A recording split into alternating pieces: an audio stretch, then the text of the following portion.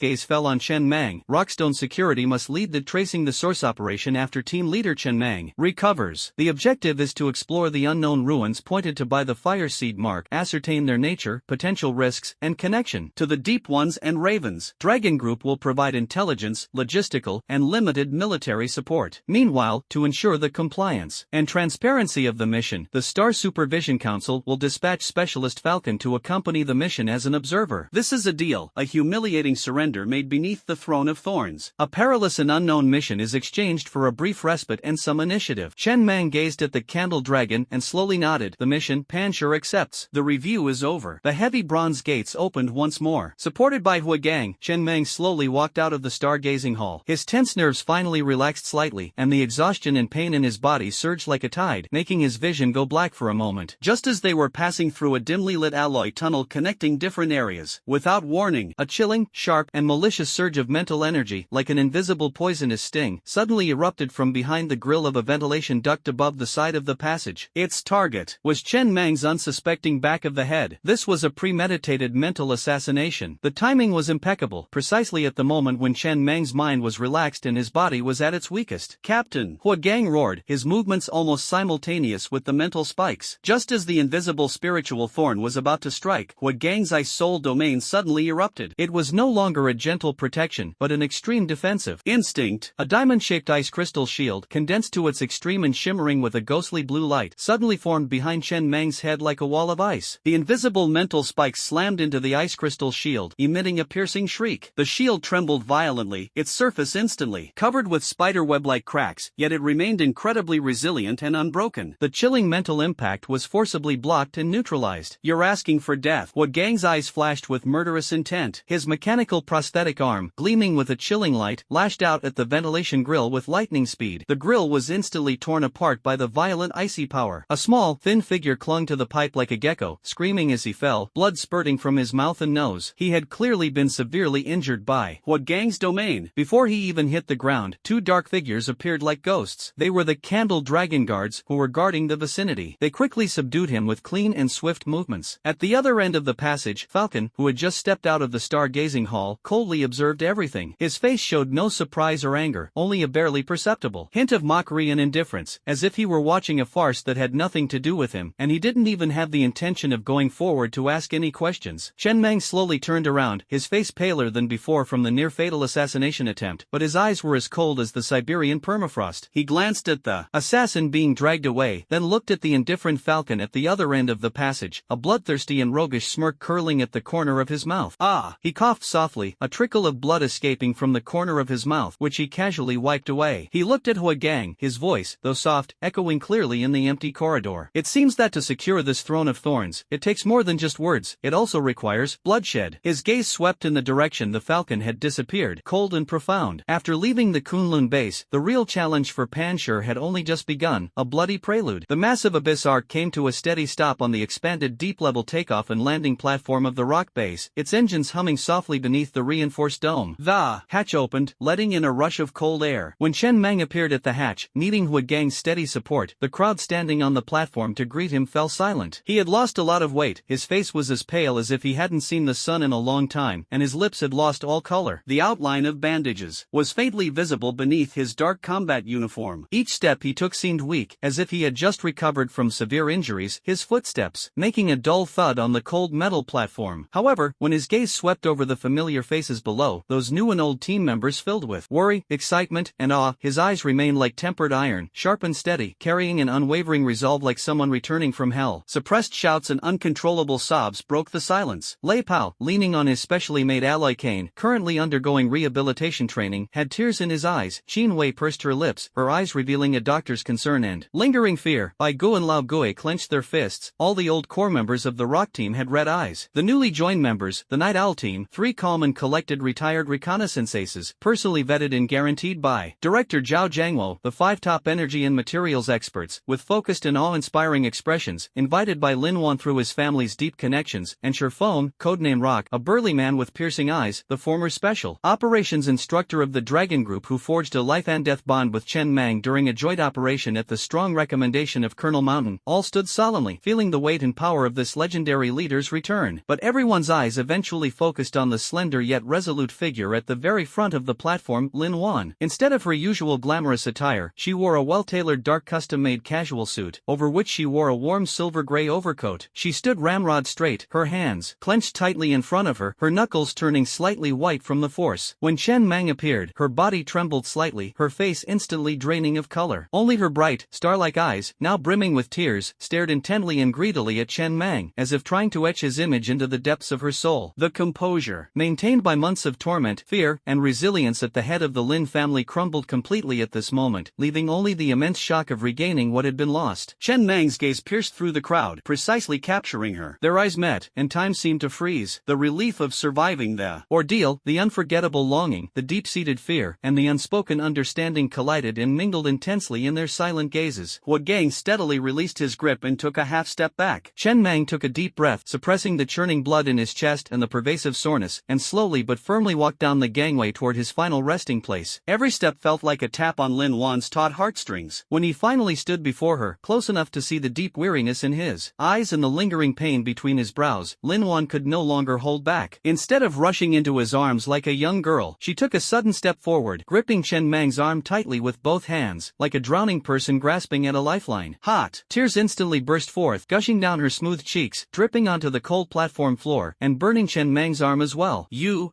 She opened her mouth, but her throat seemed blocked, and she could only make broken breathy sounds, which eventually turned into a suppressed sob, and her body trembled involuntarily. Chen Mang remained motionless, letting her hold him, feeling the coldness and weak trembling of her fingertips. He raised his other, uninjured hand, and with an almost clumsy tenderness, gently wiped away the tears on her face, the thick calluses on his fingertips lightly caressing her delicate skin. His hoarse voice was deep and firm, carrying an unquestionable promise. Wan, I'm back. Everything's alright. These few simple words seemed to have drained his last bit of strength, but his eyes remained firm, carrying a heart-stirring power. Lin Wan looked up at him, her eyes blurry with tears. Her lips moved slightly, but she only gripped his arm tighter, as if afraid he would disappear at any moment. On the platform, everyone tacitly looked away, some talking in hushed tones, others organizing their equipment, leaving this space to them. Hua Gang stood like a silent mountain, guarding Chen Mang's side and rear. Qin Wei watched the scene, her eyes filled with complex emotions. Finally, she sighed softly and turned to arrange medical matters. After a long while, Lin Wan finally managed to calm her turbulent emotions. She let go of his hand, wiped away her tears with the back of her hand, and forced a smile, her voice still thick with a nasal tone. It's good that you're back, Qin Wei said about your injury. I won't die. Chen Mang smirked, revealing his usual roguishness, but his eyes remained gentle. I just need to recuperate for a while. The base has changed a lot. He looked around, the expanded base was magnificent. Lin Wan took a deep breath, forcing herself to calm down, and turned to face everyone. Although her voice was still a little hoarse, it revealed the unwavering strength of the matriarch of the Rock. Welcome home, our leader. The backbone of the Rock is back. Medical team, immediately send the captain and the wounded to the Return to Origin Medical Center. Logistics department, prepare to the highest level. Everyone else, perform your duties. Our leader needs time to recover, and the Rock also needs time to become stronger. Yes, the unified response was filled with high morale. The Rock, this war machine, began to operate at full speed amidst the roar of its core returning to its place. The Rock base is undergoing a phoenix-like rebirth. With Lin Wan's almost limitless financial support and relying on the top-tier resources established by Zhao Jiangwo and the Lin family, the base has completed a complete transformation. The Abyss Laboratory has achieved a qualitative leap. It is equipped with cutting-edge instruments such as energy analyzers, environmental simulation chambers, capable of simulating extreme cold, 10,000-meter deep-sea, and vacuum environments at the level of the Gate of Eternal Silence, and bioforce field generators. The Lioli team is in its element, devoting themselves to analyzing the data from the Antarctic eye of the cold abyss pointed to by the spark mark. The bee sting barrier, upgraded under Old Ghost's leadership, forms a comprehensive defense system. Multi-layered composite energy shields, directional infrasonic arrays, intelligent firepower platforms, and White Dove's Ghost Net electronic fog intertwine, achieving a strategic-level defense. The Sharpening Blade Abyss is a comprehensive training ground designed by Iron Hand and with core environmental support provided by Hua Gang, becoming the core of the base. Inside, it can simulate environments such as icy abyss cliffs. Hua Gang's Ice Soul Domain creates realistic 80 degrees Celsius extreme cold and ice avalanches, lava caverns, deep-sea currents, and urban ruins, and is equipped with the Dragon Group's top-tier combat simulator, Illusory Battlefield. This is a crucible for forging new recruits and tempering veterans. The infusion of fresh blood forms the cornerstone cornerstone of Rock's future, and the review process is extremely rigorous. The Night Owl team, guaranteed by Zhao Jiangwo, 3 true shadows, proficient in infiltration, reconnaissance, traps, and counter-tracking. their backgrounds have been personally verified 3 times by Director Zhao, and their loyalty is beyond doubt. Spark Technology Group, recruited by the Lin family 5 core experts, all top scholars with clean backgrounds who have cooperated with the Lin family for more than 10 years, have signed the highest confidentiality contract, which includes soul imprinting, Lin family secret technique. Surephone, codename Rock,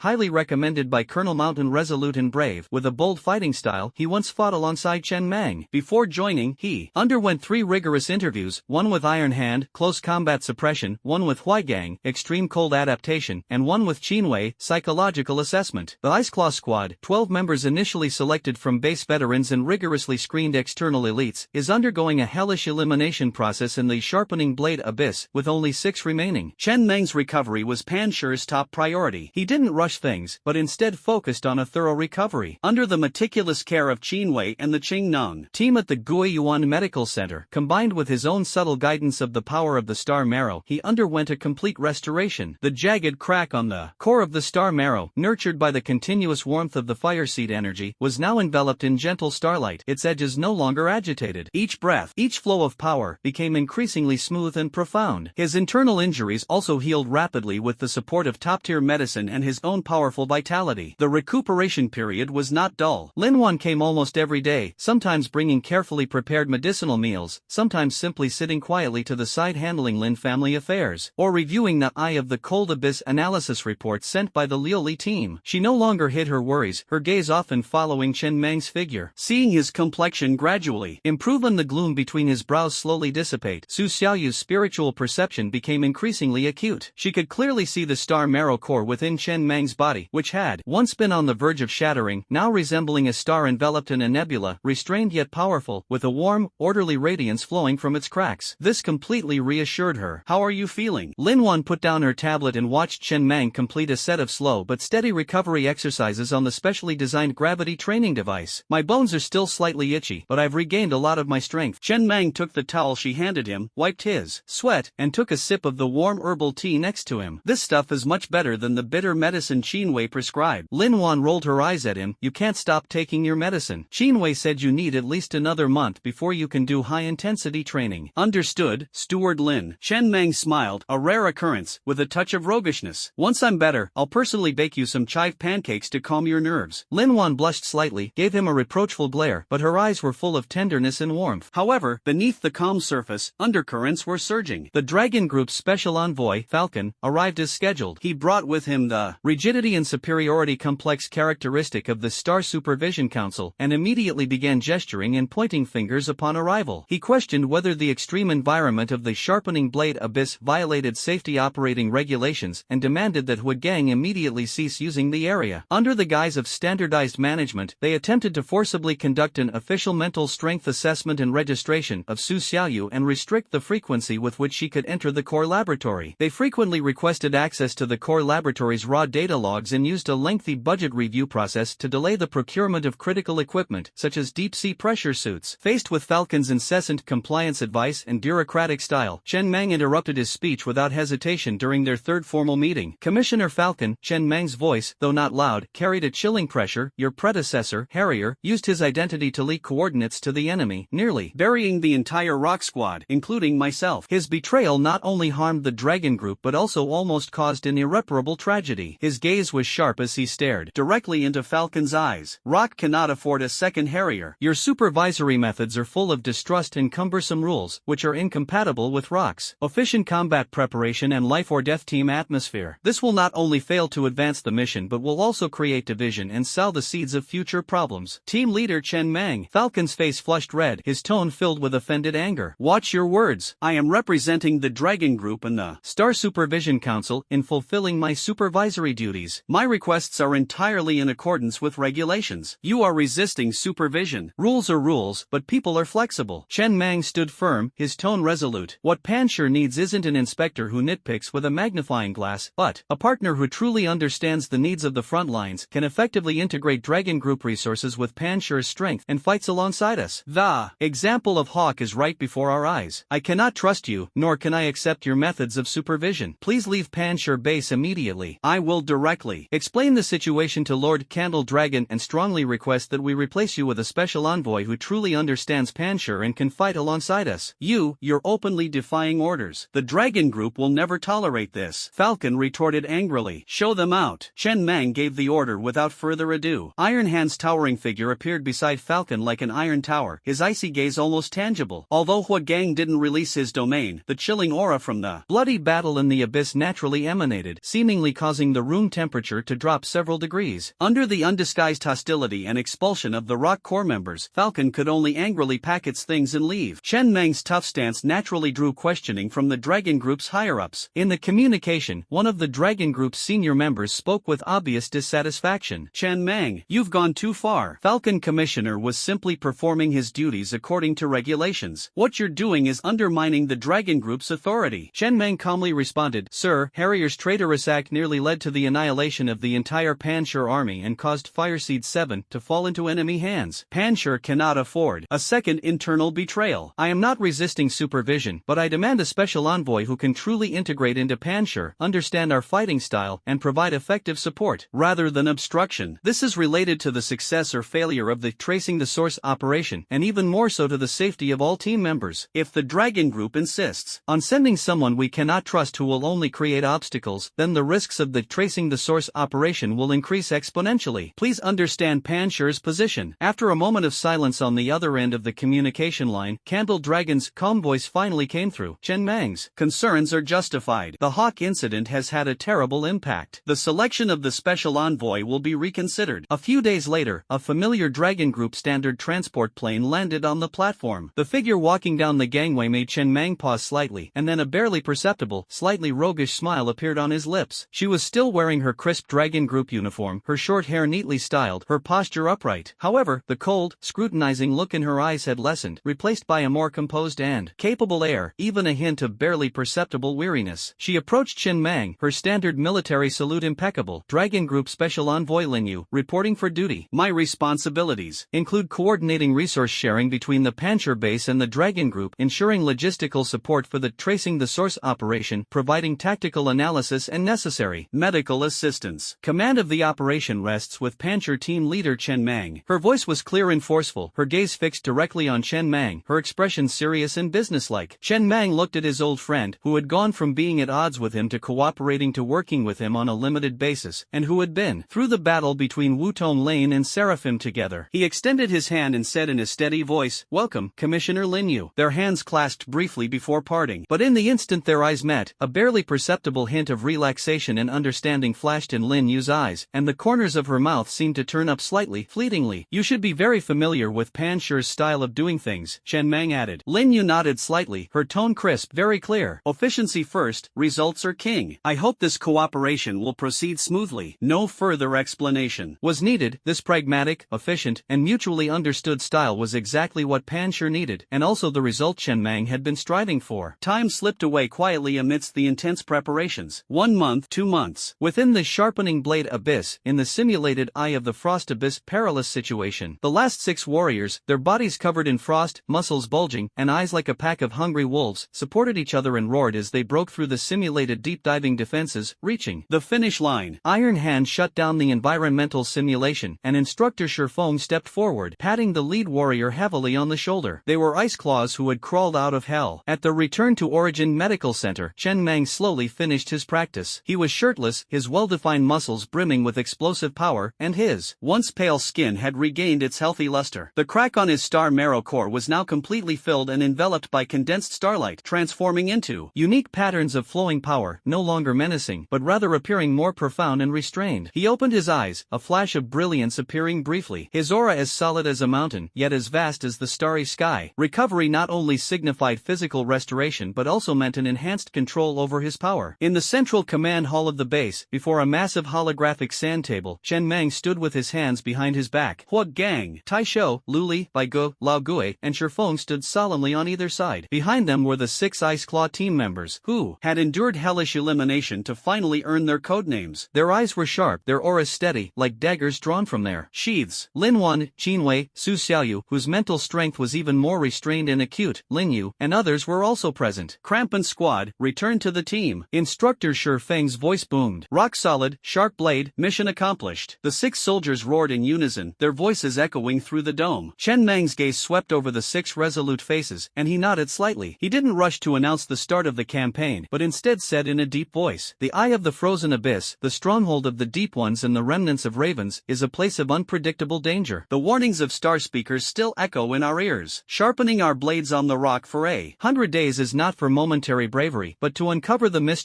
with minimal cost and utterly crush the enemy. His gaze turned to Huigang, Iron Hand, Glaze, White Dove, Old Ghost, and Stone Peak. "Are you all ready?" "Always ready," the corps members answered with a firm and resounding voice. "Excellent." Chen Mang's eyes blazed with fighting spirit. Tracing the source operation enters its final preparation phase. Lioli, the Guardian 2 force field generator, deep sea pressure suit, and environmental adaptation agents are undergoing final testing. White Dove, Old Ghost. I need a 300-kilometer real-time dynamic monitoring network around the eye of the cold abyss to be completely leak-proof. Huigang, Taishou, Shi Feng. The Crampon team is undergoing their final 48 hours of extreme adaptive training. I want them to move as nimbly as your arms. Commissioner Lin Yu. Lin Yu took a step forward. Please give instructions. Coordinate with the Dragon Group to ensure the smooth flow of logistical supplies, emergency medical support, and intelligence information needed for our operations. Understood. Lin Yu replied succinctly and forcefully. Chen Mang looked at Lin Wan and Su Xiaoyu one last time, his gaze gentle yet firm. "The base is now in your hands." Lin Wan nodded vigorously, his eyes filled with trust and pride. Su Xiaoyu whispered, "Brother, be careful." There were no roars of smashing models, no orders to set off immediately. Only the most meticulous and composed preparations on the eve of a great battle. The rock, this forged blade, in the hands of its fully recovered leader, had undergone rest and recuperation, quietly awaiting the perfect moment to be drawn. The storm was approaching, but the rock stood firm, undefeated. The massive hull of the Abyss Ark resembled a giant whale struggling in a raging white sea, navigating the deadly forbidden zone at the edge of the Antarctic ice sheet. Outside the windows, thick, leaden-gray clouds, as dark as ink, churned with blinding blue-white plasma arcs, each flash accompanied by deafening thunder, as if the sky were being torn apart. Fist-sized ice crystals, with edges as sharp as knives, shot wildly in winds exceeding 300 kilometers per hour, like a dense rain of bullets, slamming into the thick composite armor shell with continuous, teeth-grinding crackling sounds. The ultra-low-temperature turbulence, like an invisible giant hand, relentlessly tore at the hull, attempting to drag it into the abyss of the icy ocean below. Inside the bridge, the atmosphere was heavy. On the main screen, a deep red area representing environmental threats almost covered the entire field of vision. Ship attitude stable. Shield energy remaining 73%. A super-large plasma storm has been detected ahead, with a diameter of over 50 kilometers. We recommend an immediate turn to avoid it. The navigator's voice carried a hint of tension. Turn angle 17 beta. Engine power increased to 115%. Maintain peak shield output. The captain calmly issued the order. The massive warship forcibly twisted its body amidst the raging energy turbulence, narrowly missing the destructive blue-white plasma. On the makeshift command console located on the side of the bridge, Lin Yu's fingers flew across the holographic tactical console, retrieving the latest meteorological data shared by the Dragon Group and the Ark's own detection information. Her voice was clear and calm, echoing throughout the ship via internal communications. All non-combat personnel, immediately assume impact stance. Medical team, check the immobilization devices on the wounded. Engineering team, the energy pipeline in Sector B is experiencing a slight overload. Prioritize diverting power to the secondary circuit. Logistics team, prepare to distribute Aurora Type 2 cold weather medication. We are expected to arrive at the outer perimeter of the target area in 3 hours, where the external ambient temperature will drop below -90 degrees Celsius. Her commands were precise and efficient, like an invisible net, methodically sorting out the chaos inside and outside the warship, ensuring that this arc, which carried both solid rock and sharp blades, moved steadily forward in the polar inferno. At the front of the bridge,